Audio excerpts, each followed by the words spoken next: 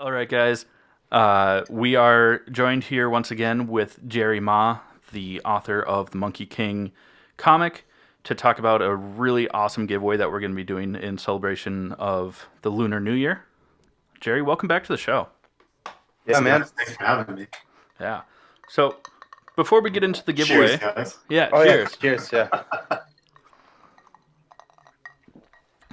Tell us a Hmm. little bit about, like how Lunar New Year is celebrated. Well, Lunar New Year, it's actually for me, it's become kind of cooler than actual New Year's Eve. I guess maybe because it's not as popular. So it's you can make reservations and you can go out, and they Oh don't yeah. triple the bill on you when you go out that night.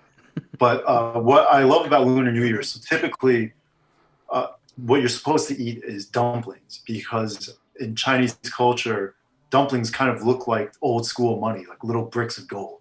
Huh. So Okay. you're supposed to spend New Year's Eve eating dumplings, and then I believe the next day you're supposed to eat noodles for like long life and healthy life, and then on the third day you eat bok choy, which is supposed to represent like good luck. Hmm. The truth is, I never really cared for all that stuff. I just knew that because I happen to love dumplings. So, and it is cool that it does look like old school Chinese money. So you are supposed to load up on dumplings on Lunar New Year Eve, which is always kind of fun. And you're supposed to wear something red, even if it's like underwear. It's something that nobody's going to see. But you're supposed to have one red art like item of clothing on you on the eve of Lunar New Year. That's awesome. Interesting. So is Lunar New Year Eve, would that be the 31st? Or is it on Yeah, the 1st? right. Okay. This year it's going to be on this coming Sunday. So Okay. New Year's is on a Monday, so that you could celebrate. So in Asia, they celebrate. I mean, in Asia in general, there's not too many holidays. We don't get like Easter and all that stuff. Even like Halloween and Christmas and Valentine's Day is pretty new to Asia. They're celebrating it because it's kind of fun, not because they really care about the actual holiday. Okay. So Lunar New Year is celebrated for like 2 weeks, where I mean, people will not go to work for like 2 weeks. That's awesome. Like you'll just, have drunk, eat a lot for like 2 weeks straight, and then you go back to Perfect. work. Yeah, it's awesome. It's I'm seriously, it's down. so much fun. Yeah.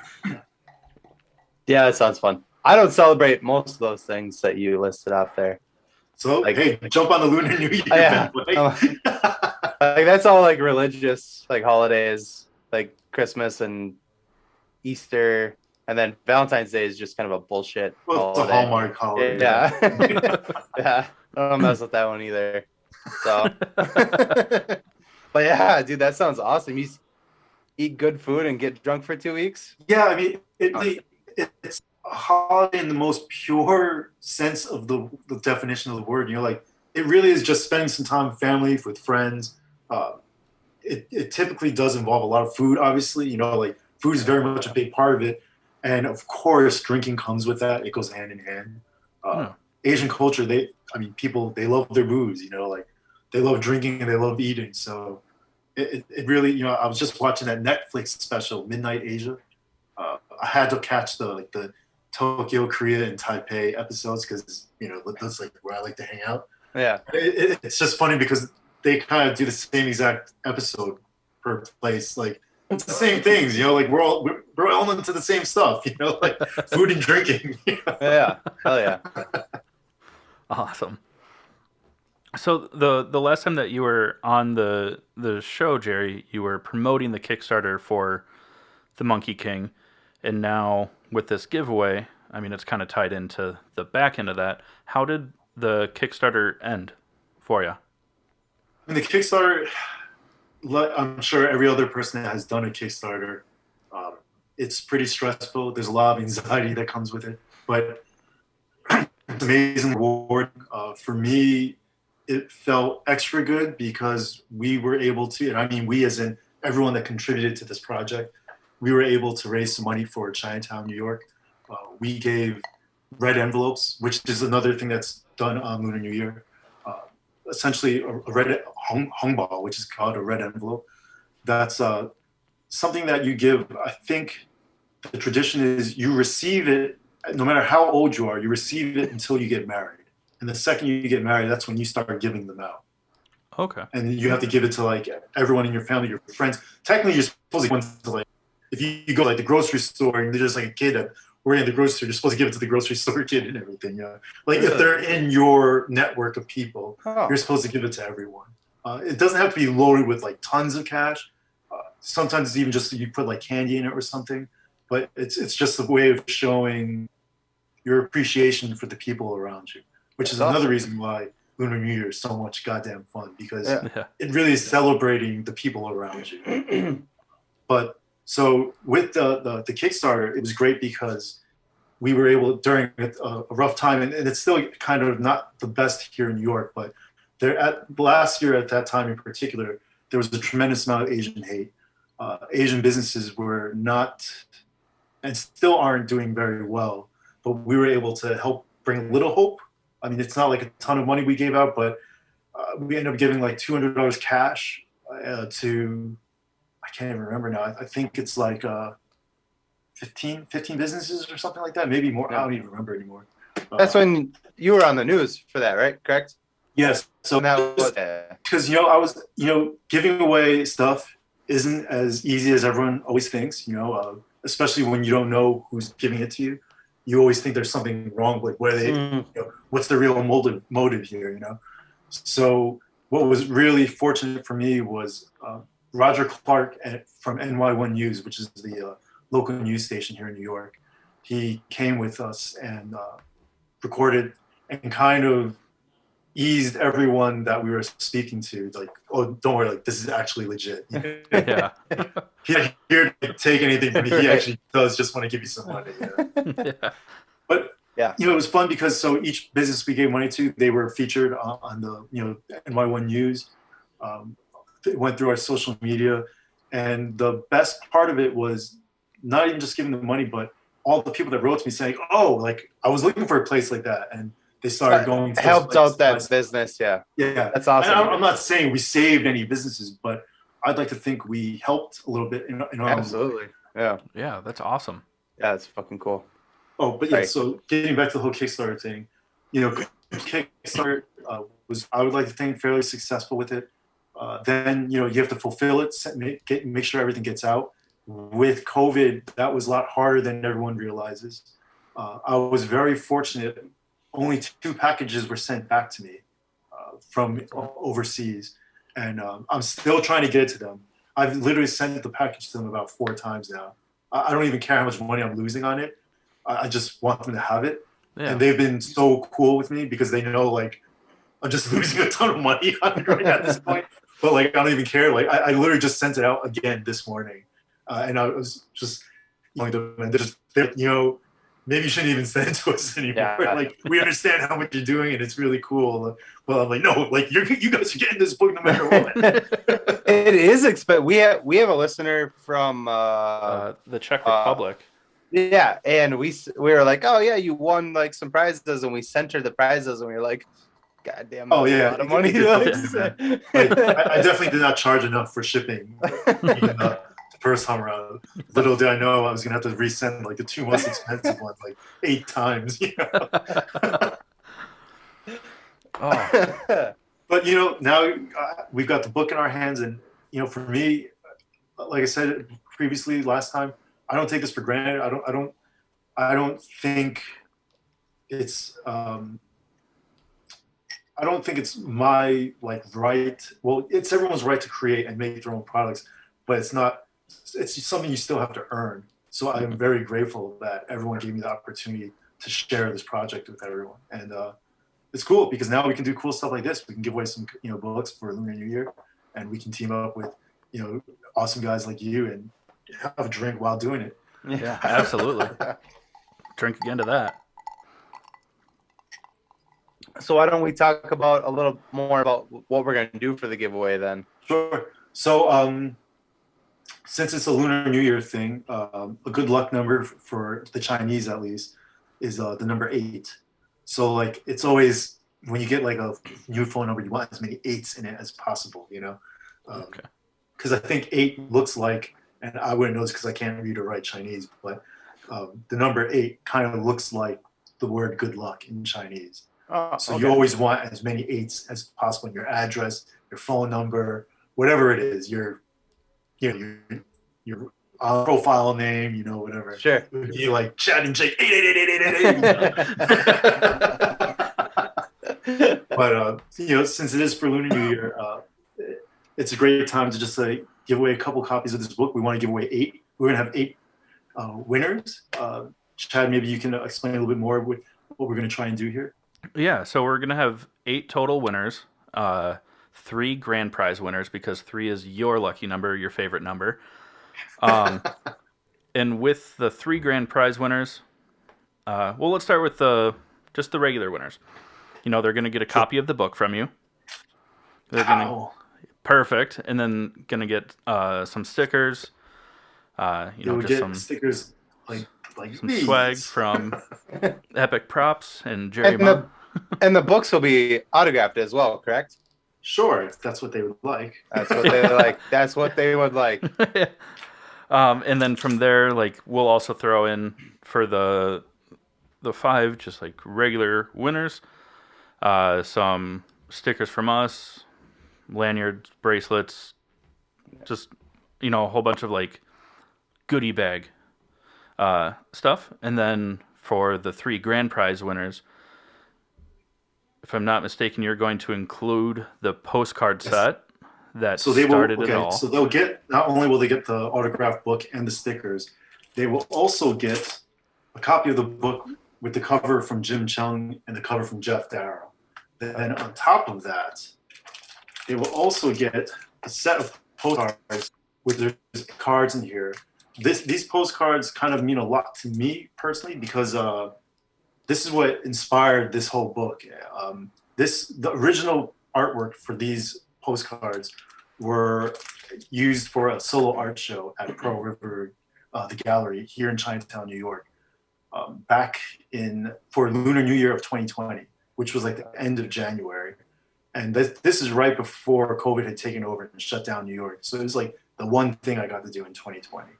And at the art show, a lot of people had asked me like, oh, you know, are you going to do a comic for it? And I was just laughing because like, who's got the time to do that, you know? And then of course, you know, just like a month or 2 after that, New York gets locked down. And I'm like, well, I guess I have the time to do that right now. So, you know, it was my COVID project to do this book. Yeah. And thank God for that, at least. Yeah. I mean the book's incredible. So, and I mean, it's how we got to meet you. So, yeah. Super stoked Seriously. I mean, COVID sucked, like 2020 especially. Sucks. Yeah, sucks. Ongoing. Let's be honest, it's ongoing. not gone. But yeah, and then with that, for the 3 grand prize winners, we will also throw in a T-shirt from our web store, as well as some sponsor packs from our sponsors, Crybaby Craig's and Ray's Energy Drinks. So I've actually received one of these sponsor packs, and I can say they're pretty awesome. Yeah. It was a lot of fun to get that in mail. I gotta say, like, that was like Christmas when I got it. It's like just stuff that I wouldn't think of getting, and it was like, this is so cool. What did you think of the hot sauce? Oh, so I'm a big hot sauce guy. And Yeah. I put hot sauce literally on every meal I have, like even on like my salad, you know. So I always like having. I literally have about like 12 different hot sauces in my apartment. So just always getting a new one is always fun. You know, for me, I think of what I can pair it with, things like that. It's always great having other options, you know. yeah, for sure. Hell yeah. So those are going to be the prizes, and we're going to make it super easy for you guys to enter. We're literally going to just post it to our social medias, Facebook, Instagram. All you have to do is like the post. That's it. Maybe give us a follow. Yeah. I mean, please do follow us. Please do follow. Yeah. And I will say this, if anyone does make a comment, it would only heighten their chances of winning. So Agreed. that little bit of effort, I know it's a lot of work. Yeah. Not required to enter, but it is looked favorably upon. So so look for that. We'll keep drawing attention to the giveaway. Probably run for a couple weeks, just like, the Lunar New Year celebration. And then we could run it for like the month of February, I suppose. The whole, yeah. Yeah, why not? Okay. Yeah. and then I'm down with we'll that. announce the winners at the end of February and get you guys your And goodies. it'll be a cheers to everyone that wins. Yeah. Absolutely. Hell yeah. So that's our big news, guys. Thank you again, Jerry, for hopping on to. No, you guys, I really mean this Doing this with with us. all sincerity. You guys helped spread the word on the book. You genuinely helped make it happen. It means a lot to me. I've said this before. I'm going to always say I don't take that stuff for granted. Anything I can do. It's an honor for me to be able to give them away now. This is why we do it, so that we can do things like this. And with you guys, once again, helping me spread the word. I mean, I think that's amazing. So thank you guys so much. Yeah. Dude, we love you. I mean, meeting you in person was so awesome for us. We were just like, we were walking around, and like every time we like got bored, we were just like, should we go back to see Jerry? Let's go back to see Jerry. So I gotta ask you guys, now that it's been a little while, what was it like attending COVID-Con, New York COVID-Con? It was so much fun. I'm really genuinely upset that we didn't dress up.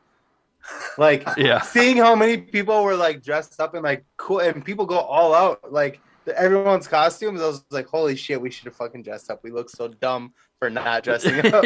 Like, what's wild to me is the following week I went to another event, which was just a few blocks from the Javits Center. I was like the New York Wine and Food Festival, something like that. So it was just a ton of booze and some food to eat. perfect. And when I got there, it made me realize how well oiled the New York COVID-Con was. It was so well set up, so well run, because when I got to the Wine and Food Festival, it was like they were checking your vaccination thing like every 3 feet because they didn't know who was checking. It took like an hour with no line, mind you, to enter.